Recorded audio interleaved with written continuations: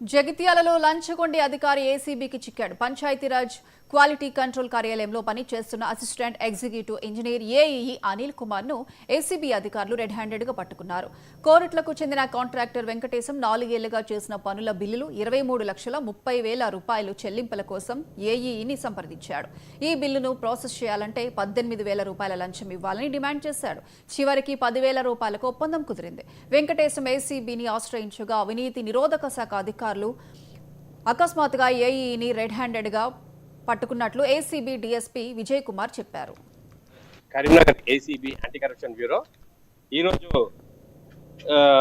Singam Anil Kumar assistant executive engineer Panchayati Raj, ఈయన vigilance and quality కంట్రోల్లో engineer గారు పనిచేస్తున్నారు.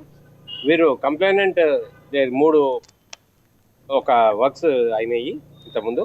ఆ వర్క్స్ క్వాలిటీ కంట్రోల్ చేసి రిపోర్ట్ సబ్మిట్ చేయడానికి గాను అతను యాక్చువల్గా 18,000 డిమాండ్ చేశారు. మొన్న సాటర్డే నాడు కంప్లైనెంట్ వచ్చి రిక్వెస్ట్ చేసి దాన్ని కొంచెం తక్కువ చేయండి అని అంటే 10,000కి రిడ్యూస్ చేశారు డిమాండ్. అందులో ఫస్ట్ ఇన్స్టాల్మెంట్గా 3,000 రూపీస్ క్యాష్ తీసుకున్నారు. తీసుకొని ఈరోజు నిన్న మండే ట్యూస్డే రాలేదు, వెనస్డే రోజు ఈరోజు పిలిపించి మిగతా 7,000 రూపీస్ అడుగుతుంటే మేము వచ్చి ట్రాప్ చేశాము. కంప్లైంట్ మమ్మల్ని అప్రోచ్ అయ్యాడు.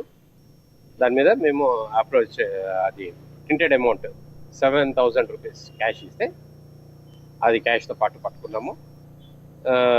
హ్యాండ్ వాష్ చేస్తే కెమికల్ టెస్ట్లో పాజిటివ్ వచ్చింది. అందువల్ల అతన్ని అరెస్ట్ చేసి మాది కొరట్ల విలేజ్ పంచర్ వెంకటేశం అంటే కాంట్రాక్టర్. నేను యూసీ సర్టిఫికేట్ కోసం 4 సంవత్సరాల నుంచి జరుగుతున్నాము. సర్టిఫికేట్ ఇవ్వడం లేదు. మాదాపూర్ కాలనీ 13,80,000 బిల్లు కోసము, 5 లక్షలు ఆర్డీఓ ఆఫీస్ దానికోసము, ఆర్డీఓ ఆఫీస్ పరారుగూడ కోసము, తర్వాత చిన్నపల్లి కమ్యూనిటీ హాల్ కోసం, యూసీ సర్టిఫికేట్ కోసం 5 సంవత్సరాలు జరుగుతూ ఇప్పటి వరకు లేకపోయేసరికి మేము ఏసీబీ 10,000 అడిగి